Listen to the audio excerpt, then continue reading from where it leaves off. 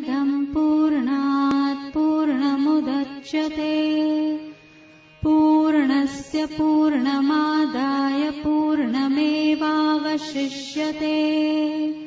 ॐ शान्ति शान्ति शान्तिः।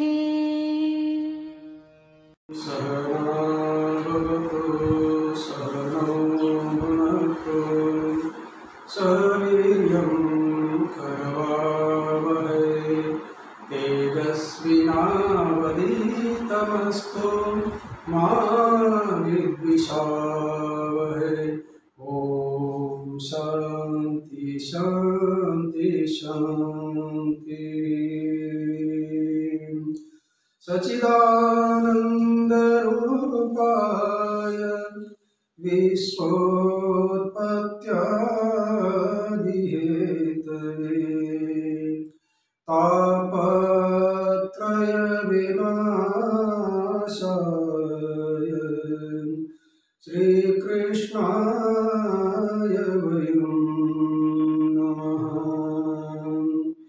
गुरुर्ब्रह्मा गुरुर्विष्णु गुरुर्देवो महेश्वरः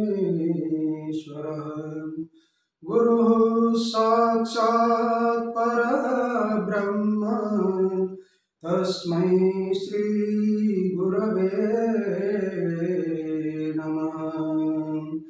इस प्रेमपुरी आश्रम में मातुश्री बेलाबेन तथा श्री मुलजी भाई विश्राम दैया स्मृति गीता चिंतन माला अंतर्गत ये गीता ज्ञानेश्वरी का प्रवचन चल रहे हैं। कल हम लोग 41वां श्लोक देखे हैं पहले अध्याय का, गीता का जो पहला अध्याय, और उस पहले अध्याय के ऊपर संत ज्ञानेश्वर जी ने अपना भाव प्रकट किया है। वह पद्यात्मक है। पद्य इसको बोलते हैं जो गाकर बोला जाता है, गेय। ऐसी जो ज्ञानेश्वरी आप लोग सुन रहे हैं। कल का श्लोक 41वां था, अधर्माभिभवात् कृष्ण प्रदुषन्ति कुल स्त्रिया स्त्री सुदुष्टा सुवार्ष्णेय जायते वर्णशंकर। ये बहुत बड़ा दोष हो जाता है यदि युद्ध करते हैं तो, क्योंकि युद्ध में बड़े बड़े योद्धा चले जाते हैं, उसके कारण उनके कुल में नियंत्रण करने वाला कोई रहता नहीं है। इसलिए उस कुल में बचे हुए लोगों का आचार विचार भ्रष्ट हो जाता है, धर्म आदि नहीं हो जाता है, अधर्मी हो जाता है। उस अधर्म के कारण बहुत बड़ा पाप हो जाता है। और वह पाप कैसे होता है, बहुत सुंदर ज्ञानेश्वर जी ने इस श्लोक के ऊपर वो भी दिए है। वो 251 नंबर की वो भी है। जैसे चौराही के बलि पर उड़ते हैं काग चोर, वैसे है दोष घुसते घोर सत्कुल में। हे भगवान, मैं युद्ध इसलिए नहीं करना चाहता हूँ, जैसे यज्ञ में बलि देने के लिए, रखने के लिए चौराह पर जाना पड़ता है। उस चौराह पर बलि रखने के बाद में उस बलि को खाने के लिए भोग बोलते हैं, नैवेद्य बोलते हैं। उसके चारों ओर से पक्षी झपट पड़ते हैं, कुत्ते भी है, सब खाने के लिए दौड़ पड़ते हैं। इसी प्रकार सत्कुल में अनेक प्रकार के दोष घुस के आ जाते हैं। चौराहे पर अनेक पक्षी आ जाते हैं। इसी प्रकार उस सत्कुल में अनेक प्रकार के दोष भी प्रवेश करते हैं। और क्या दोष हो जाता है, 42वां श्लोक है, शंकरो नरकायैव कुलज्ञानां कुलस्य च पतन्ति पितरो हेषां लुप्तपिण्डोदक क्रिया। हे भगवान, जो संकर दोष है। कुलज्ञानं कुलस्य च नरका एव। कुलज्ञानं जो कुल का घात करने वाले हैं उनको, और कुलस्य उस कुल को, दोनों को भी नरक की प्राप्ति करा देता है वह संकर दोष। और कुल घातियों को, दोनों को भी, फिर क्या होगा, कुल को और कुल घातियों को नरक में ही जाने के लिए बाध्य कर देता है। जब नरक में जाने पर क्या होगा, तो बोलते हैं लुप्त पिंडोदक क्रिया येषां पितरो पतन्ति। बोलते हैं जब कुल में दोष हो जाने के कारण ये यथा समय में योग्य रीति से श्राद्धादि कर्म इनसे नहीं होगा, तब स्वर्ग में पितृलोक में रहने वाले जो पितर है वे नीचे गिरते हैं, माने अधोगति की ओर आ जाते हैं। स्वर्गलोक है, स्वर्गलोक में ही बगल में पितृलोक है, वहां सभी के पितरों का निवास रहता है।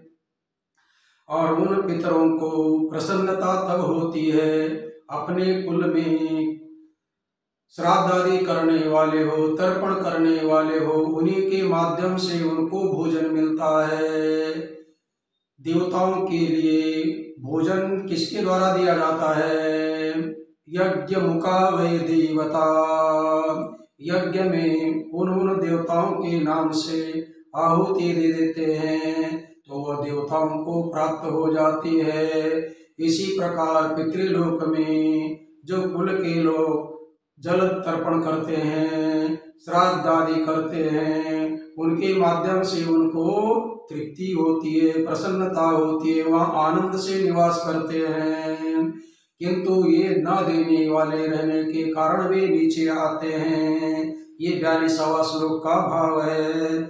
इसके ऊपर ज्ञानेश्वर जी कहते हैं, फिर उस पूर्ण कुल को तथा उस कुल घाती को नरक मिला दोनों को, इसको जाना। हे भगवान,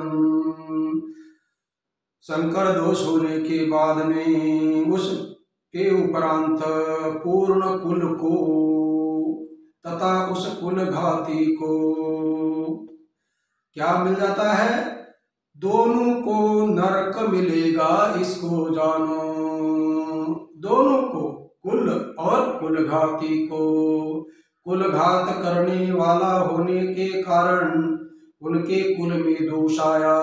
यदि कुलघात न करता, युद्ध न करता, तो युद्ध में बड़े लोग मारे नहीं जाते, न मारे जाते तो उनके कुल में वे रहते, नियंत्रण हो करते, फिर उनके कुल में दोष नहीं होता। लेकिन दोष होने का कारण कुल के लोग न होने के कारण है। कुल के लोग क्यों नहीं रहे, कुल घाती के कारण नहीं है। इसलिए उस कुल को भी और कुल घाती को भी, दोनों को हमेशा नरक में ही रहना पड़ेगा। नरक में इन दोनों को रहने पर ऊपर के लोग हैं, उनकी क्या स्थिति है, उनके पूर्वज है कुल के, वंश विस्तार ही समस्त होता जाता है जो पतित, गिरते पूर्वज स्वर्गस्थ इससे सभी। जो पूरा का पूरा वंश का विस्तार है, अर्थात मृत्यु लोक से लेकर किसी के पूर्व स्वर्ग में पितृलोक आदि में है, वो सभी के सब हो जाते हैं जो पतित, अर्थात कुल में होने वाला जो पाप है उस पाप से वे भ्रष्ट हो जाते हैं। और भ्रष्ट होने के कारण इसी से सभी स्वर्गस्थ पूर्वज गिरते हैं। इसी दोष के कारण स्वर्गस्थ पितृलोकस्थ माने उनमें रहने वाले उनके पूर्वज है नीचे आ जाते हैं, अधोगति होती है। क्यों होता है उनका अधोपतन? लोप होते जा नित्य कर्म, फिर कैसे नैमित्तिक धर्म। कहा रहे तब श्राद्ध कर्म किसके लिए। जहाँ नित्य कर्म लोप हो जाते हैं, फिर नैमित्तिक कर्म और धर्म कैसे रहेंगे। अब नैमित्तिक कर्म नहीं होने के कारण तब श्राद्ध कर्म किसके लिए और कौन करेगा, कौन किसको जल का तर्पण करेगा, कौन श्राद्ध कर्म करेगा। ये सब क्रियाएं बंद होती है। नित्य कर्म है, नैमित्तिक कर्म है। हर संध्यानुपासित, हर रोज संध्या वंदन आदि करना चाहिए। हर रोज स्वाध्याय प्रवचनाभ्याम मा प्रमदतव्यम, सत्यान्न प्रमदतव्यम, कुशलान्न प्रमदतव्यम। ये सभी हम लोगों की नित्य कर्म है। और नैमित्तिक कर्म उसको बोलते हैं किसी तिथि को निमित्त मानकर करते हैं, जैसे रामनवमी, कृष्णाष्टमी, एकादशी, सूर्य ग्रहण, चंद्र ग्रहण, श्राद्ध आदि, इनको नैमित्तिक कर्म बोलते हैं। और नित्य कर्म जो हर रोज करने वाले हैं, देवताओं का पूजन आदि है, अतिथियों का स्वागत है, गायों को चारा है, पक्षियों को चारा है, गौर गरीबों को कुछ दान देना है, ऐसे दान ऐसे कर्मों को नित्य कर्म बोलते हैं। और आज भी ऐसे कोई लोग नित्य कर्म करने वाले हैं, उनका दिन कभी भी निष्फल नहीं होता है, वंद्य नहीं होता है। नित्य कर्म भी करने वाले हैं और नैमित्तिक कर्म भी है, लेकिन इनके कुल में कुलघात होने के कारण ये सब क्रियाएं बंद हो जाएगी। बंद होने के कारण स्वर्ग में रहने वाले, पितृलोक में रहने वालों को पिंडदान नहीं मिलेगा। नहीं मिलने के कारण वे नीचे आ जाते हैं। अब ये सब आधुनिक लोगों को ये पता चलता नहीं है, उनको अंधश्रद्धा लगती है। लेकिन शास्त्र में दो गुणों का वर्णन आता है, एक दैवी गुण, एक आसुरी गुण है। दैवी गुण वाले का अंतःकरण शुद्ध रहता है। शुद्ध अंतःकरण वालों को इसका कुछ ना कुछ थोड़ा थोड़ा अनुभव जरूर आएगा। अशुद्ध अंतःकरण वाले आसुरी वृत्ति वालों को ये अंधश्रद्धा लगेगी, क्योंकि उनकी बुद्धि व्यवहारिक दृष्टि से भले कुशल हो, वैज्ञानिक दृष्टि भले हो, लेकिन अध्यात्म वैज्ञानिक दृष्टि से परे हैं। जहाँ विज्ञान समाप्त हो जाता है, वहाँ अध्यात्म की अपना प्रवृत्ति होती है। इसलिए दोनों विषय अलग है। अब इतना सुंदर जो हमारा नित्य नैमित्तिक कर्म आदि है, इनके बारे में लोगों का एक जो है अपवाद लेना उनकी दृष्टि से उचित है, क्योंकि उनकी बुद्धि वहां तक जाने वाली नहीं है। देखिएगा, एक स्पर्श है, उसको लादी क्या बोलते हैं, घस घस के साफ करेगा तो उसमें हमारा चेहरा दिखाई देगा, किंतु इस दीवार में हमारा चेहरा नहीं दिखाई देगा। दीवार भी पत्थर का है और उसी पत्थर को यदि घिस देते हैं तो उसमें हमारा चेहरा दिखता है। इसी प्रकार हमारा अंतःकरण शुद्ध हो जाए तब जो है ये अध्यात्म की चर्चा हमें थोड़ी थोड़ी थोड़ी थोड़ी आनंद प्रदान करती है, अन्यथा कुछ भी पल्ले पड़ता नहीं है, ऊपर ऊपर से जाता है। इसलिए अध्यात्म का अधिकारी बनना पड़ता है, अर्थात योग्यता लानी पड़ती है, तब जो है इन बातों के ऊपर संशय नहीं होगा। कहने का तात्पर्य इतना ही है कि श्राद्ध आदि कर्म किया जाता है, जिसके निमित्त से हम देते उनको पहुंचता है। जैसा आजकल आप लोग मोबाइल नंबर घुमाते हैं तो सही नंबर लगाते हैं तो उधर घंटी जाती है और उसी व्यक्ति से बात हो जाता है। गलत नंबर लगाएंगे तो एक तो लगता ही नहीं है और लगने पर भी रॉन्ग लग जाता है। अब यहाँ पर ऐसे दोष वाले क्या ये श्राद्ध आदि कर्म करते नहीं, क्या करते हैं, करने पर भी इनके द्वारा नंबर गलत लग जाता है। गलत नंबर लगने के कारण वह रॉन्ग हो जाता है।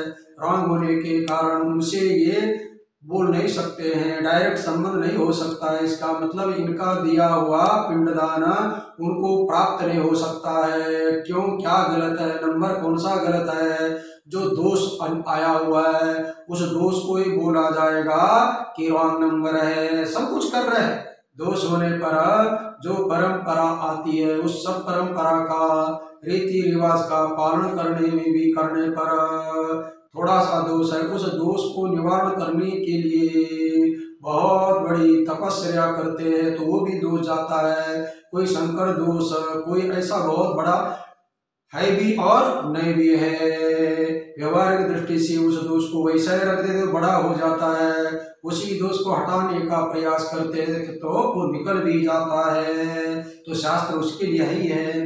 तो कहने का तात्पर्य अर्जुन ये कर भगवान इनको मारने के बाद में कितना बड़ा भयंकर दोष होकर सब हमारे पूर्वज नीचे आ जाते हैं। श्राद्ध आदि कर्म करने वाले कोई नहीं बचते हैं। दोषी वे पितर क्या करते, कैसे स्वर्ग में रह सकते, इसीलिए वे भी वहां आते कुल के पास। हे भगवान, वहाँ पितर लोग क्या करेंगे, क्योंकि खाने के लिए नहीं मिलने पर चुपचाप जहाँ पर खाद्य मिलता है वहाँ आना ही पड़ता है। स्वर्ग में इनको पितरलोक में रहने के लिए टिफिन नहीं जाएगी रॉन्ग नंबर लगने के कारण, इसलिए वे भी वहाँ आते हैं कुल के पास। चलो भाई, यहाँ तक कल टिफिन नहीं पहुँचती है, पहुँचाने वाले कोई नहीं है, तो चलो घर में ही हम जाए, तो वे कुल के पास आ जाते हैं। इसका मतलब है कुल और कुलघाती का दोनों को नरक मिलने के कारण उस वंश में जो रहने वाले हैं वो भी वहीं आते हैं, उनकी भी अधोगति होती है। कैसी अधोगति होती है? वे ऊपर है पितृलोक में, कुल जो है मृत्यु लोक में है। दोनों का क्या संबंध है, वो कितनी दूर है, ये कितनी दूर है? दूर होने पर भी कोई लेना देना नहीं है। आप यहाँ पर है, आपके भाई अमेरिका में है, इधर से नंबर लगाते ही बातचीत हो जाती है। इसी प्रकार यहाँ पर भी है। बोलते हैं नकाग्र में डसने से साप, शिकाग्र तक विष का व्याप, वैसे ब्रह्म डूबता आप समूचा कुल। नकाग्र में मान लीजिएगा कोई जंगल में जा रहा है, जंगल में जाते जाते रात के समय में उस व्यक्ति को दिखाई नहीं दिया ये क्या है, थोड़ा सा जो छाया दिखाई दे रही थी, कुछ होगा बोल के पैर गिर गया उसके ऊपर। पैर गिरते वो सांप था, सांप ने पैर को डस लिया तो पैर के नकुन में उसका जहर लग गया। अब पैर के नकुन में जहर लगते ही वो पूरे शरीर में होते हुए शिकार चोटी के ऊपर चोटी तक आ जाता है। एड़ी चोटी बोलते हैं, मतलब कहाँ नक है और कहाँ पर चोटी है, यहाँ से लेकर वहां तक पूरे के पूरे जगह पर जहर व्याप्त हो जाता है। इसी प्रकार वैसे ब्रह्म डूबता आप समुचा कुल। जैसे जहर पूरा का पूरा शरीर में फैलता है, एक ही शरीर है, इसी प्रकार कुल का जो दोष है उसका कुल चाहे मृत्यु लोक में हो चाहे स्वर्ग लोक में हो वहां तक उसकी व्याप्ति जाती है। इसलिए वहां जो मूल पुरुष स्वर्ग में बैठे रहते हैं, पितरलोक में बैठे रहते हैं, उसको बोलते ब्रह्म डूबता है आप समुचता, क्योंकि ब्रह्म लोक में भी जाते हैं। पूर्वजों को रहने की जाने के लिए कहाँ जा सकते हैं? एक धूम्रयान है, दक्षिणायन और उत्तरायण बोलते हैं क्या नहीं। उत्तरायण मार्ग से जाने वाले कहाँ तक जाते हैं, ब्रह्मलोक तक जाते हैं, और ब्रह्मलोक आदि में ब्रह्मा जी की आयु तक वहां रहते हैं, और वहां रहकर यदि वेदांत विज्ञान सुनिश्चितार्था संन्यास योगात् यतया शुद्ध सत्वा ते ब्रह्मलोके परांत काले परावृता परिमुच्यन्ति सर्वे। उपनिषद कहता है, उपनिषद में श्रुति माता कहती है, वेदों के मंत्र उपनिषदों के मंत्रों को श्रुति बोलते हैं, श्रुतियाँ बोलती है, और श्रुति को हम लोग माता बोलते हैं। श्रुति माता के अपेक्षा इस दुनिया में कोई भी माता श्रेष्ठ नहीं है। हमारी माता क्या करती है, एक बच्चे को दो बनाती है, 2 हाथ के 4 हाथ बनाती है, 4 हाथ के अनेक हाथ बना के पूरा का पूरा लवाजमा खड़ा कर देती है, और उसको इस संसार के चक्कर में लगाती है। ये हमारे शरीर को जन्म देने वाली माता। किंतु श्रुति माता क्या कराती है, इस जन्म मरण के चक्कर से उद्धार करती है। इसलिए श्रुति मातृभ्यो न अतिरिक्त, श्रुति माता के अपेक्षा कोई श्रेष्ठ नहीं है।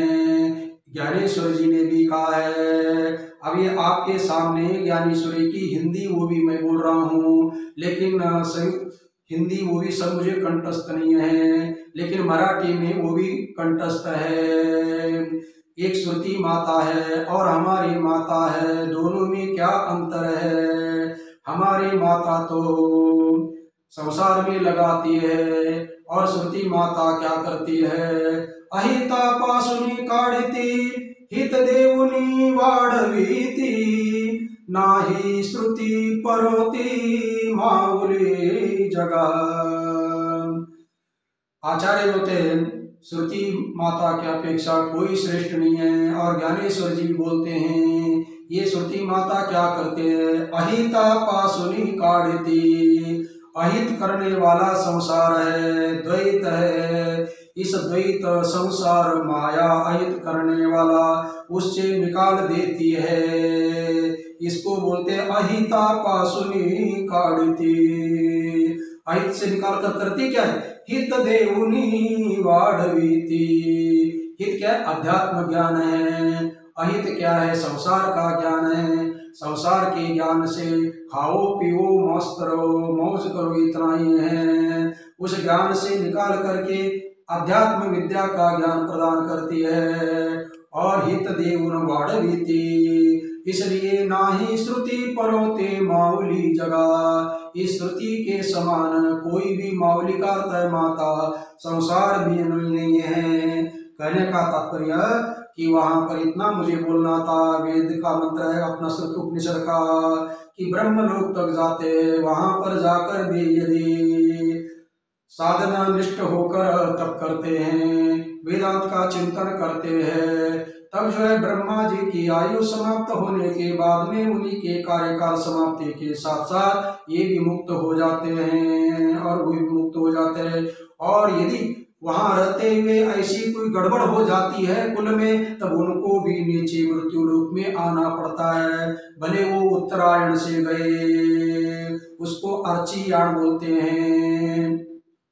उससे गाना दोषे रहते कुलग्नानाम वर्ण संकर कारकै उत्सादन्ते जाति धर्मा कुल धर्माश्च शाश्वता उत्सन्न कुल धर्मा मनुष्याणां जनार्दन नरके नियतं वासो भवतीत्यनुशुश्रुमः अहो बद्मत् पापं कर्तुं व्यवसिता वयम् यद्राज्य सुखलोभेन हन्तुं स्वजनमुद्यतः। 3 श्लोक के द्वारा सुंदर वर्णन अर्जुन कर रहे हैं, क्योंकि ऊपर के लोग नीचे आ जाते, इसका मतलब दोष जो यहाँ से लेकर वहां तक व्याप्त हो जाता है। उसके कारण उन दोषों से कुलज्ञान वर्ण संकर कारक दोषे ते दोषे, इन दोष के कारण जाति धर्म कुल धर्म शाश्वता उत्सादन्ते। इस दोष का फल क्या है, इस दोष का परिणाम क्या है? परिणाम ये बोलते हैं जो उनके जाति का धर्म है, जो कुल का धर्म है, वह शाश्वत समाप्त हो जाता है। उनके कुल में आने वाला परंपरा से जो दो प्रकार के धर्म हैं, एक जाति के धर्म और उनके कुल के धर्म हैं, अलग अलग माने जाते हैं। उन्हीं कुल है वो भी जाति है, लेकिन थोड़ा सा अंतर किया जाता है। जाति अनेक होते हैं, एक कुल के भी जैसे जो है एक ही ऋषि के कुल के लोग हैं। यहाँ पर क्या कश्यप एक हमारा कुल है, मूल पुरुष है, लेकिन आज कितनी प्रकार की उनकी जातियां होती है, इसके विस्तार का कोई आवश्यक नहीं है। लेकिन इतना ही कहना है कि परंपरा से आने वाले जो दोनों प्रकार के धर्म नष्ट होते हैं, शाश्वत में हमेशा हमेशा के लिए धर्म नष्ट हो जाते हैं। जैसे एक बार बीज को थोड़ा सा भूनने के बाद में उसमें अंकुरित होने की शक्ति हमेशा के लिए गायब हो जाती है। इसी प्रकार यहाँ पर फिर एक बार उत्सन्न कुल धर्मानां मनुष्याणां जनार्दन नरके नियतं वासो भवति इति अनुशुश्रुमा। बोले ठीक है भाई, जाति धर्म कुल धर्म नाश होने पर क्या होगा? तो अर्जुन बोलते हैं उसका भी बहुत बड़ा परिणाम होता है। क्या होता है? हे जनार्दन, उत्सन्न कुल धर्मानां मनुष्याणां नरके वासो नियतं भवति इति अनुशुश्रुमा।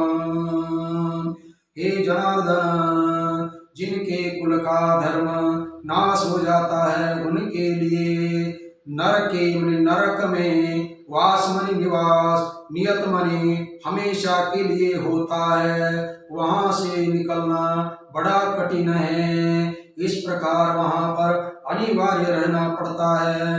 अर्जुन को ही पूछा जाए आपको ये कैसा पता चला कि बोलते अनुशुश्रुमा, हम लोगों ने इसका अध्ययन किया है, क्योंकि शैशवे अभ्यस्त विद्यानां यौवने विषयेषिणां वार्धक्ये मुनिवृत्तिनां त्यागेनान्ते तनु त्यजाम।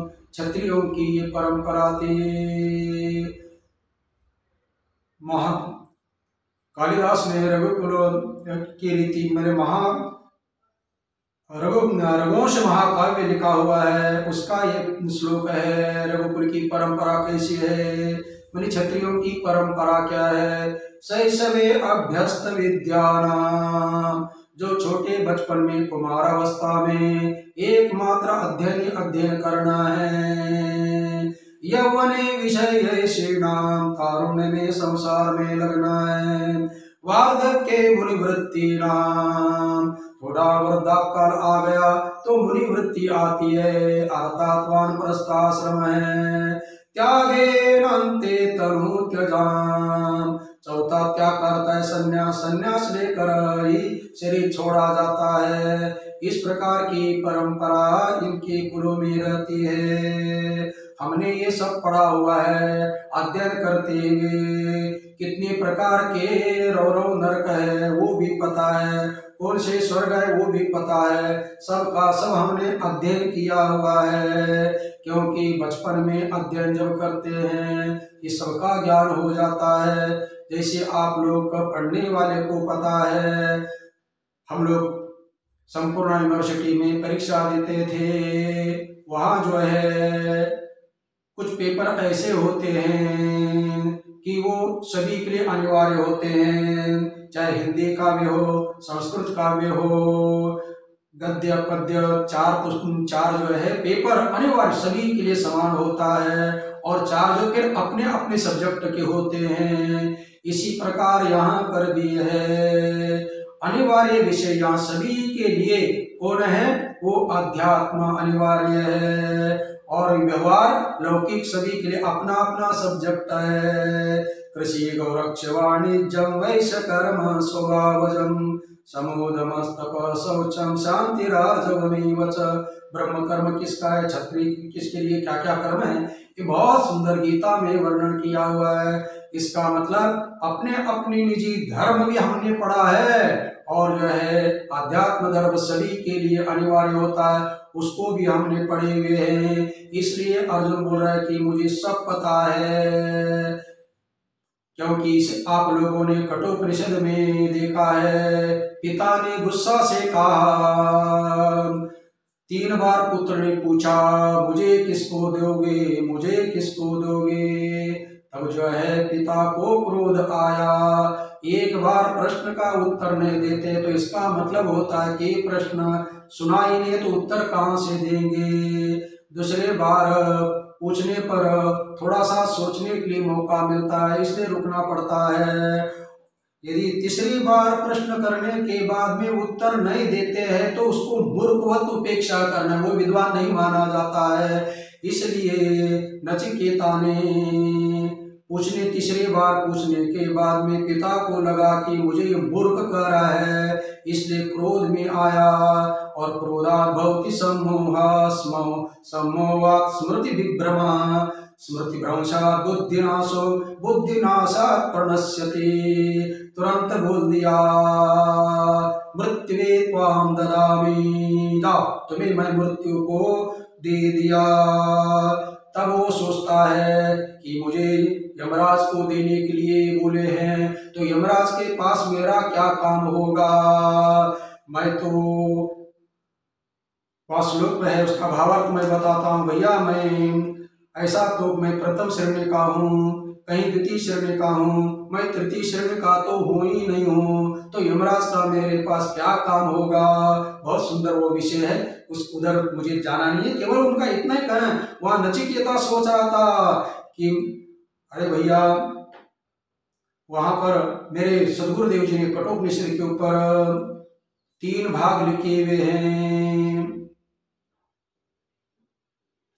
बोलते हैं सदगुरुदेव जी का नाम कांदिवली वाले परम पूज्य ब्रह्मलीन स्वामी काशिकानंद गिरि जी महाराज कठोपनिषद के ऊपर बड़े 3 भाग है, बहुत सुंदर व्याख्या है, अनेक प्रकार से तर्क कर करके व्याख्या लिखी है। तो कहने का तात्पर्य यहाँ पर भी वैसा ही थोड़ा सा लगता है कि बोलते हैं ये अर्जुन भी बोलते हैं हमने सुश्रुम का अर्थ है हमने अध्ययन किया है, कैसे दोष होता है, कैसा पाप होता है, सब शास्त्रों को हमने पढ़े हैं। इसलिए अहो भक्त महत् पापम कर्तुम व्यवसिता वयम, हो आश्चर्य है कि हम लोग बहुत बड़ा पाप करने के लिए तैयार हुए हैं। यद राज्य सुख लोभेन स्वजनम हन्तुम उद्यता, जो राज्य के सुख के लोभ के कारण हम लोग अपने स्वजनों को मारने के लिए प्रस्तुत हुए।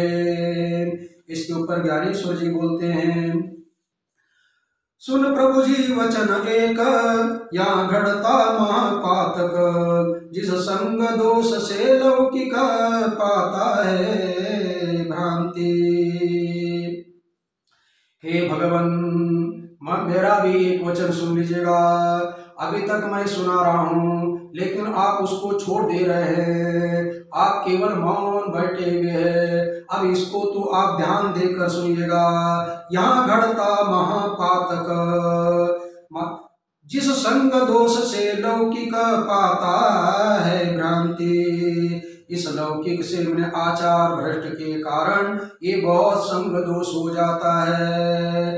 संग दोष कैसा हो जाता है, व्यवहार में भी हम लोग देखते हैं आजकल के बच्चे बिगड़ते हैं। एक बच्चा बोलता है अरे मेरे द्वारा आज तुझे मैं कुछ पिलाता हूँ पी ले, दूसरे के पैसे से पीता रहता है। एक दिन वो दूसरा पिलाने वाला नहीं रहता है तो अपने पैसे से पीता रहता है, उसके बाद में वो मस्त व्यसनाधीन हो जाता है। इसको बोलते हैं संगत दोष। गंगा गया तो गंगा दास, जमुना गया तो जमुना दास, पानी तेरा रूप कैसा जिसमें मिलाया वैसा। ये संग दोष हो जाता है। इस प्रकार का सुंदर वर्णन कर रहे हैं। जैसे है अपने घर को लगी आग सब गाँव को, निगलती है सर्वस्व को जला करके। देखिएगा अपने घर को, इसका मतलब आप लोग मुंबई में हैं, देखते हैं अभी झोपड़पट्टियां कम हो गई म्हाड़ा के कारण, नहीं तो पहले सब झोपड़पट्टियां रहते थे। इस झोपड़ी में किसी चुल का थोड़ा सा चिंगारी लग गई तो देखते देखते सैकड़ों झोपड़ियां स्वाह हो जाती है। सैकड़ों झोपड़ियों में कुछ भी बचता नहीं है। क्यों जी? सैकड़ों झोपड़ियों को आग तो लगाया नहीं था, क्यों?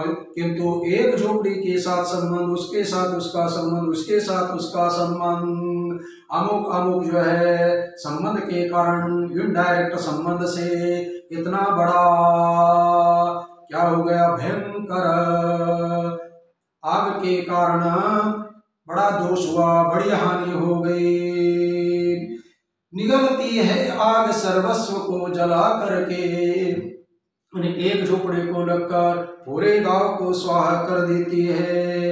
वैसे ही उस कुल संगति से, दूसरे जन के बरतने से, उनके ऐसे ही न संसर्ग से फैलते हैं दोष। हे भगवान, वैसे जैसे एक झोपड़ी के संबंध से सब झोपड़ियां जल गई, इसी प्रकार एक दूषित कुल के संगति से दूसरे का संबंध होने के कारण उनके संसर्ग से, हीन संसर्ग से सभी तरफ दोष फैलता है। ऐसे नाना दोषों का सकल भांडार होता है ऐसा कुल, कहता पार्थ उसे केवल नरक भोग घोर। ऐसे नाना दोष, अनेक प्रकार के दोष, सकल बने पूरे के पूरे दोष, ऐसे दोषों का ऐसा जो कुल है वो भंडार हो जाता है, अर्थात दोषों का खजाना बन जाता है, खान बन जाता है। और ऐसे दोषों की खान रूपी कुल को या खजाना कहिएगा, दोषों का खजाना, जैसे रत्नों का खजाना रहता था, अनाजों का भंडार रहता था, इस प्रकार दोषों का भंडार इनका कुल है। और दोषों के भंडार कुल से फिर क्या फल मिलेगा, उसका क्या नतीजा होगा, क्या रिजल्ट निकलेगा? पार्थ कहता है उसको नरक भोगना केवल, क्यों नरक भोगना केवल, नरके नियतम वासु। देखिएगा ज्ञानेश्वर जी जो श्लोक में एक एक पद है उसी पद की व्याख्या करते हैं, अपने तरफ से कुछ भी बोलते नहीं है, उसका भाव प्रकट करते हैं। जैसे आप लोगों ने प्रेमपुरी में ही देखे हुए अनेक महापुरुष आते हैं, एक श्लोक लेते हैं और एक श्लोक के ऊपर कई दिन तक व्याख्यान करते रहते हैं। एक श्लोक का एक पद ले लिया और उस पद का भाव बोलते रहते हैं। पद का अर्थ आप लोग मेरा का पद, कबीर का पद, सूरदास जी का पद या तुकाराम जी का आदि पद, ये पद नहीं है। पद बोलने के बाद में शास्त्रीय दृष्टि से पद अलग है, व्यवहारिक पद अलग है। शास्त्रीय दृष्टि से पद उसको बोलते हैं, व्याकरण भी एक शास्त्र है और व्याकरण शास्त्र में जितने भी शब्द है उन सभी शब्दों को पद नाम दिया जाता है। जैसे व्यक्ति को नाम दिया जाता है, पदार्थों को नाम दिया जाता है, इसी प्रकार सभी शब्दों को नाम दिया जाता है। मूल शब्दों के दो ही प्रकार होते हैं, एक नाम और दूसरी क्रिया। इंग्लिश में नाउन बोलते हैं, फिर दूसरा वर्ब बोलते हैं। भले फिर नाउन के प्रकार अलग है, नाउन प्रोनाउन आदि जो भी है, और यहाँ पर भी वर्ब एडवर्ब उसके गौण भेद अलग और मुख्य दो ही भेद होते हैं। दोनों शब्दों को चाहे क्रिया शब्द हो चाहे नाम शब्द हो, इनका नाम है पद है। अब नर के बोल दिया, नियत बोल दिया, मूल में वास बोल दिया, नरके नियतम वासो भवती इति अनुशोषणमा। उन्हीं पद के ऊपर ज्ञानेश्वर जी बोलते हैं। ज्ञानेश्वर जी अपने इसी गीता में बोलते हैं, मैंने जो है व्यासाचा मागा वाघेत भाष्यकारा ते वाट पूषत। ये बोलते हैं मैंने व्यास जी का अनुसंधान किया हूँ, जो जो महाभारत में हो, अन्यत्र पुराणों में जो व्यास जी ने कहा है उसी को मैं यहाँ बोल रहा हूँ। और यदि मुझे कुछ नहीं समझ में आता है वह भाष्यकारा ते वाट पोषतो, अर्थात शंकराचार्य जी को मैंने स्मरण करता हूँ और उन दोनों के माध्यम से मैंने लिखा हूँ, उनके अलावा मेरे तरफ से मैं कुछ भी नहीं बोलता हूँ। और ये कोई अपना दोनों का अध्ययन करने के लिए ज्ञानेश्वर जी कई बार गए नहीं थे। बहुत 21 साल में तो जीवंत समाधि लिए अलंदे में पुणे के पास, आप लोग जानते हैं। 21 साल के अंतर्गत भीतर ही उन्होंने बहुत बड़े दिव्य ग्रंथों का इन महाराष्ट्रीय अपने महापुरुष महाराष्ट्रीय लोगों को दिव्य वांग्मय प्रदान किया है। गीता के ऊपर ज्ञानेश्वरी है। ज्ञानेश्वरी का नाम जितने भी संत है वो लेते हैं। गीता अलंकार नाम ज्ञानेश्वरी, ब्रह्मानंद लहरी प्रगट के लिए। बहुत सुंदर अभंग है नामदेव महाराज जी का। गीता क्या है? सोना है, और उस सोने के अलंकार क्या है? ज्ञानेश्वरी है। 700 श्लोक सोने की ईंट है, 700 ईंट है। उस 700 ईंट की 9036 वो भी यहाँ आभूषण बनाया है। बहुत सुंदर व्याख्या नामदेव जी करते हैं ज्ञानेश्वर जी के बारे में। और ज्ञानेश्वर जी ने अपना अभंग अलग लिखा है। अभंग में भी छोटों के लिए अलग, बड़ों के लिए अलग है। और उनका एक निजी ग्रंथ है, अमृत अनुभव है। अमृत अनुभव और इधर मांडुक्य कारिका, दोनों का सिद्धांत एक है। अमृत अनुभव और मांडुक्य कारिका अजातवाद है और गीता विवर्तवाद है। तो ये गीता का जो सिद्धांत है विवर्तवाद का, ये आप लोग प्रेमपुरी की जितनी भी श्रोता है इनको सभी को पता है। अजातवाद, विवर्तवाद, परिणामवाद। चलिए उसके क्या देख रहे हैं? बहुत सुंदर भगवान अपना कह रहे हैं, नरक में नरक का भोग भांडार, अर्थात नरकों का दोषों का कुल जो है भंडार हो जाता है, खजाना हो जाता है। होने के कारण वहां से निकलना बड़ा कठिन होता है। उसके लिए बोलते हैं उस स्थान में हुआ पतन, न होता कल्पांत में उत्थान। कुलक्षय का पाप मान अर्जुन कहता, उस स्थान में हुआ पतन, नरक में एक बार पतन हो गया, अधोगति हो गई। इस प्रकार फिर न होता कल्पांत में उत्थान। कल्पांत का अर्थ है जब तक ब्रह्मा जी का कार्यकाल चल रहा है तब तक ये क्या चलता रहेगा? कल्प रहेगा। और उनका कार्य समाप्त होते ही कल्पांत होगा।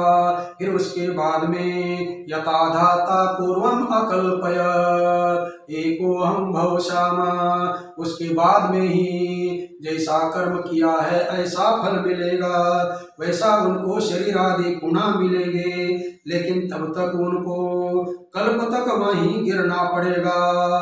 कुलक्षय का पाप मान अर्जुन कहता, कुलक्षय होने के कारण इतना बड़ा महान पाप होता है।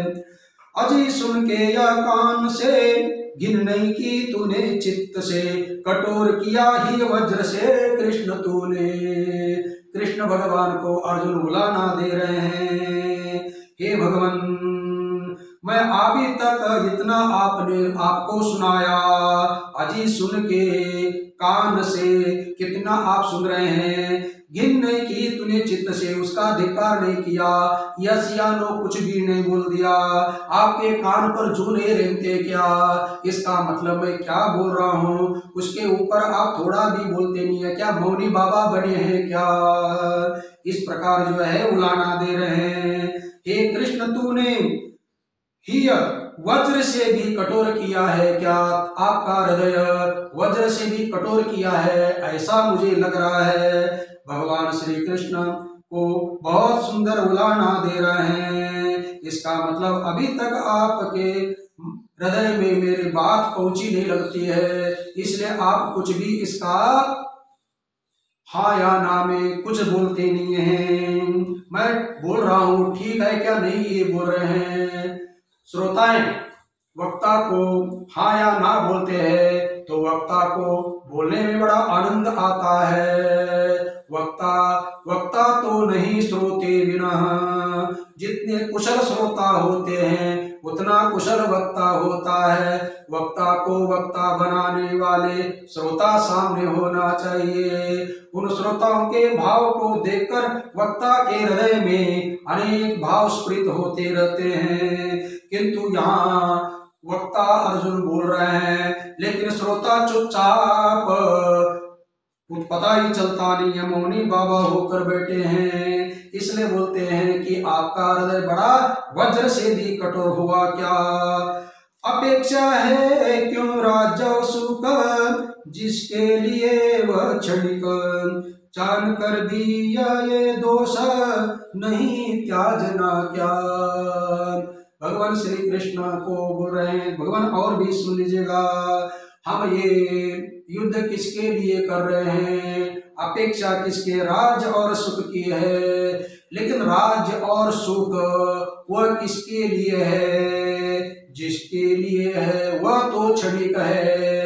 राज्य चाहे राज्य का सुख इस शरीर के लिए है, लेकिन इस शरीर की यदि मीमांसा की जाए, शरीर का विवेचन किया जाए तो शरीर की मर्यादा कितनी है? वो क्षणिक है। अर्थात इसकी क्या बोलते हैं, कब जल के ऊपर बुलबुले के समान है, कब बुलबुला फूटेगा, कब हवा निकल जाएगा, कुछ भी पता नहीं है।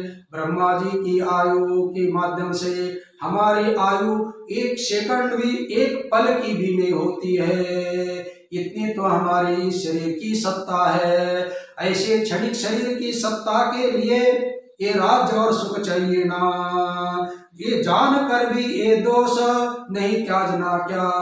ये जानते हैं इस क्षणिक शरीर के लिए ये राज्य और सुख की अपेक्षा करते हैं, किंतु क्षणिक के लिए अपेक्षा करना ये मूर्खता है। ये शरीर तो चिरंजीवी नहीं है, थोड़ा खाएगा और फिर मरेगा। इसके लिए क्यों इतनी बड़ी आफत मोल लेना है? ये आफत मोल लेना अच्छी बात नहीं है। इसको क्षणिक क्यों शरीर को बोलते हैं? आप लोग हमेशा शास्त्रों में सुनते हैं, एक कबीरदास जी का पद है, इस तन धन की कौन बढ़ाई, देखत नैनों में मिट्टी मिलाई। इस तन धन की कौन बढ़ाई, देखत नैनों में मिट्टी मिलाई। हड्डी जले जैसी लकड़ी की मूली, बाल जले जैसी घास की कूली। हड्डी जले जैसी लकड़ी की मूली, बाल जले जैसी घास की कूली। इस तन धन की कौन बढ़ाई, देखत नैनों में मिट्टी मिलाई। अपने खातिर महल बनाया, आप ही जाकर जंगल सोया। ये कितना बड़ा बंगला बनाते हैं, किसके लिए? अपने रहने के लिए बनाते हैं। तो कबीरदास जी बोलते हैं, अपने खातिर महल बनाया, आप ही जाकर जंगल का अर्थ स्मशान में सोया। अर्थात किसी काम का बंगला घोड़ा किसी काम का, इस क्षणिक शरीर के लिए ऐसा नहीं करना है। कहत कबीरा सुन मेरी गुनिया, आप मुझे पाछे डूब गई दुनिया।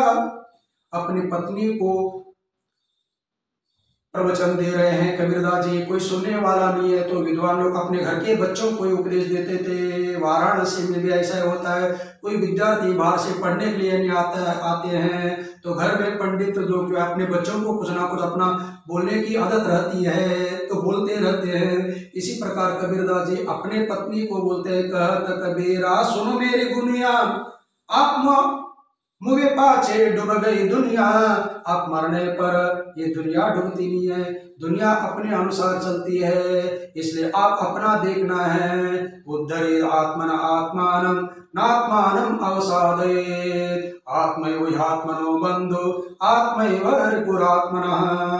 तो कहने का तात्पर्य यहाँ पर ये क्षणिक शरीर के लिए ये राज्य और सुख की कल्पना करना, उसके लिए लड़ाई करना, ये नहीं करना है। आए यहाँ अपने कुल के श्रेष्ठ, हमने देखा शत्रु दृष्टि से भ्रष्ट, नहीं क्या यह महादोष अनिष्ट किया हमने। आए हैं अपने कुल के श्रेष्ठ, हे भगवान अपने कुल के श्रेष्ठ भीष्म पितामह गुरु द्रोणाचार्य कृपाचार्य हैं, शल्य मामा आदि है, बहुत बड़े बड़े श्रेष्ठ लोग आए हैं। हमने देखा शत्रु दृष्टि से भ्रष्ट, हम जो है शत्रु दृष्टि से हमारी निगाह देखने लगे, हमारे मन में उनके प्रति द्वेष है, लड़ने का हमारे मन में भाव है, इस प्रकार का भाव हमारे हृदय में है, वो महादोष है, अनिष्ट हमने नहीं किया क्या। इसका मतलब महापुरुषों को मारने की दृष्टि यदि रहती है तो वह महादोष अनिष्ट है, क्योंकि इस नजर में भी दोष होता है। इसलिए तो बोला अपना गाड़ियों के पीछे लिखा रहता है, पहले ट्रकों के पीछे अनेक सुविचार लिखते थे, बुरी नजर वाले तेरा मुंह काला। अर्थात उस गाड़ी को क्या पता है कि बुरी नजर वाला है, इसका मतलब बुरी भी नजर होती होगी, अच्छी भी नजर होती होगी। तो इस युद्ध के मैदान में बड़े हमारे कुल के आए हुए हैं, उनके प्रति दोष भावना, मारने की भावना यदि हम रखते हैं तो इसका मतलब है पाप दृष्टि है। इस पाप दृष्टि को बहुत बड़ा अनर्थ माना जाता है। यदि माम प्रतीकारं अशास्त्रं शस्त्रपाणया धार्तराष्ट्रारणे हन्योस् तन्मे क्षेमतरं भवेत्। अर्जुन बोल रहे हे भगवान, शस्त्र पाणया, शस्त्र मने शस्त्र, पाणी मने हाथ, जिनके हाथ में शस्त्र है वे कौन है? धार्तराष्ट्र अर्थात कौरव है, भीष्म पितामह गुरु द्रोणाचार्य कृपाचार्य है, ये सभी के सब अप्रतिकारम अशास्त्रम, मेरे हाथ में शस्त्र नहीं धरूंगा और मैं उनका प्रतिकार नहीं करूंगा। ऐसे मुझे इस युद्ध में मारेंगे तो क्षेमतरम भवेत्, बहुत बड़ा कल्याण होगा, मेरा भी कल्याण होगा, कुल का भी कल्याण होगा, क्योंकि कुल को और मैं कुल घाती को दोनों को भी नरक में जाना था। इसलिए यदि मैं इनको न मारते हुए इन्हीं लोगों से मैं मर जाता हूँ तो मैं कुल घाती भी नहीं बनूंगा और कुल का नाश भी नहीं होगा, और इतना प्रकार का दोष नहीं होने पर सभी का कल्याण ही कल्याण होगा। इसलिए भगवान कल्याण के लिए युद्ध नहीं करना है। इस पर भी क्या है जीना, उससे भला चुप होना, शस्त्र छोड़कर सहना इनके तीर। ज्ञानेश्वर जी भाव बोलते हैं, इस पर भी क्या जीना, अरे इतना बड़ा दोष को देखते हुए इन महापुरुषों के ऊपर कुदृष्टि रखने पर ये जीना कोई जीना है क्या? ना ये जीना नहीं है, बल्कि चुप रहना अच्छी बात है। और क्या है? शस्त्र छोड़कर इनके तीर सहना अच्छा है, अपना हथियार छोड़ दिया जाए और ये इनके तीर चले तो सहन करना अच्छी बात है। इससे जो कुछ होगा मरने से भला होगा, यह पाप नहीं होगा कभी मुझसे। मैं हाथ से शस्त्र छोड़कर इनके तीरों को सहन करने से क्या होगा? मेरा मरने तो होगा, मरने से भला होगा, उससे क्या कौन भला होगा? ये पाप नहीं होगा मुझसे कभी, क्योंकि अभी मुझे मारने पर मैं ना रहेगी बांस ना बजेगी बांसुरी, क्योंकि मैं इनको मारूंगा जरूर। और आगे भी मार दिया है, क्योंकि अर्जुन के पास इतनी शक्ति है और अर्जुन का युद्ध धर्म युद्ध है, सत्य की जीत होती है। भले ही बोलते हैं सत्य परेशान होता है किंतु हारता नहीं है, इसलिए बोलता भैया मेरे कारण इतना बड़ा अनर्थ होगा, इससे अच्छा कि ये मुझे मारे मैं मर जाऊंगा तो पाप ही नहीं होगा। ऐसा देख कर सकल अर्जुन ने अपना कुल, कहा तब राज्य केवल है नरकवास। ऐसा अर्जुन ने सभी महापुरुषों को देखा। अर्जुन ने अपने कुल और राज्य को देखकर बोल दिया ये सब दुख रूपी है, नर अर्थात संसार दुख रूप है, युद्ध दुख रूप है। ऐसा अर्जुन बोल रहा था भगवान को। इस बात को संजय धृतराष्ट्र को हस्तिनापुर में सुना रहा था। को देखा अपना लाइव टीवी चल रही है। संजय वो बैठे बैठे बोल रहा है। संजय उवाच एवं मुक्त्वा अर्जुनः संकेतोपस्थ उपाविश विसृज्य सहस्रम चापम शोक संविघ्न मानसः। हे राजन, हे धृतराष्ट्र जी, इस युद्ध के मैदान में शोक संविघ्न मानसा, शोक और मोह से ग्रस्त हो करके अर्जुन ने सहस्रम चापम विसृज्य, धनुष बाण को त्याग दिया और रथोपस्थ उपाविश, रथ के पीछे बगल में आकर हाथ सिर को लगा के बैठ गया। इति श्रीमद्भगवद्गीतासु उपनिषत्सु ब्रह्म विद्यायां योग शास्त्रे श्री कृष्ण अर्जुन संवादे अर्जुन विषाद योगो नाम प्रथमो अध्यायः। 47वां श्लोक हो गया। इसके ऊपर ज्ञानेश्वर जी बोलते हैं उस समय में ऐसे अर्जुन बोला कृष्ण से, संजय कहे राजा से सुनिए जी। अर्जुन के बातों, अर्जुन और कृष्ण का जो संवाद चल रहा था, इस संवाद को संजय ने राजा धृतराष्ट्र को बोला सुनिए जी, सुनिए जी। अति उद्वेग से ऐसे फिर खिन्न मन गदगद होकर कूद कर आया पृथ्वी पर रथ से वह। अत्यंत उद्विग्न हो गया।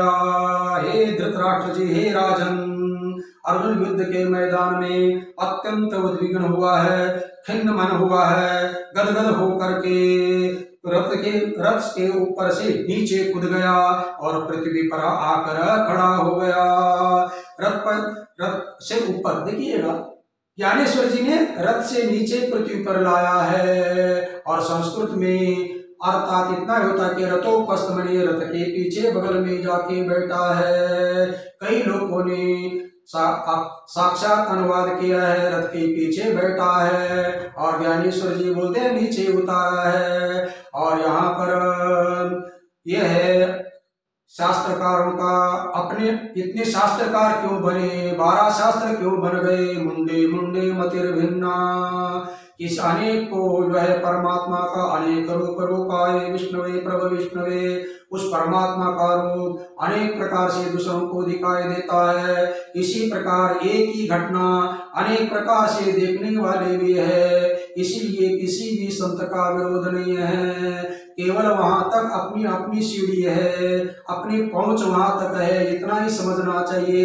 एक दूसरे का शास्त्र का कहीं विरोध नहीं है। विरोध वो हमें समझने के लिए है, चाहे आस्तिक हो चाहे नास्तिक हो, कोई दोनों शास्त्रकार बहुत श्रेष्ठ है, क्योंकि दोनों समान हैं, दोनों में संबल है। इसलिए हम लोग नास्तिकों को, गौतम बुद्ध को है, चारवाक को है, जैन हमारे महावीर है, इनको नाम रखने की हमें कौन सी हिम्मत है। वो वहां तक पहुंचे हैं, हम लोग कई जन्म तप करने पर भी पहुंच नहीं सकते हैं, क्योंकि एक दूसरों का संवाद, जैसे कृष्ण अर्जुन का संवाद है, इसी प्रकार शास्त्रकारों का संवाद है। उसको हम एक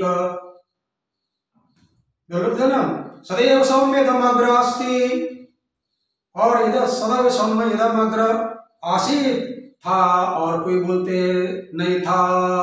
इसी के ऊपर चलता है, टगकवार है। जैसे दो तरफ बच्चे बनते हैं, 20 इधर होते, रस्सी को खींचते हैं, 10 बच्चे उधर खींचते, 10 बच्चे इधर खींचते हैं, उसको इंग्लिश में टगकवार बोलते हैं। इसी प्रकार एक न ब्रह्म न, एक ब्रह्म अस्ति, एक अस्ति एक नास्ति, ऐसा मानकर खेल खेल रहे हैं। और इन खेलों के द्वारा हम लोगों को वहां तक पहुंचने का प्रयास करना है, किसी को नाम नहीं रखना है। कहने का अभिप्राय इतना ही है, संत ज्ञानेश्वर जी भी और आचार्य जी भी, ये लोग बचपन से ही ज्ञानी हैं, हमारे तरह कोई थोड़ा बहुत दूसरों का अध्ययन किया और बोला ऐसा नहीं है। उपजता ची ज्ञानी हे वर्म जानोनी, अले लोटांगणी चांग देव। ज्ञानेश्वर महाराज जी का जीवन चरित्र आप पढ़ेंगे तो वो बचपन से ही ज्ञानी है।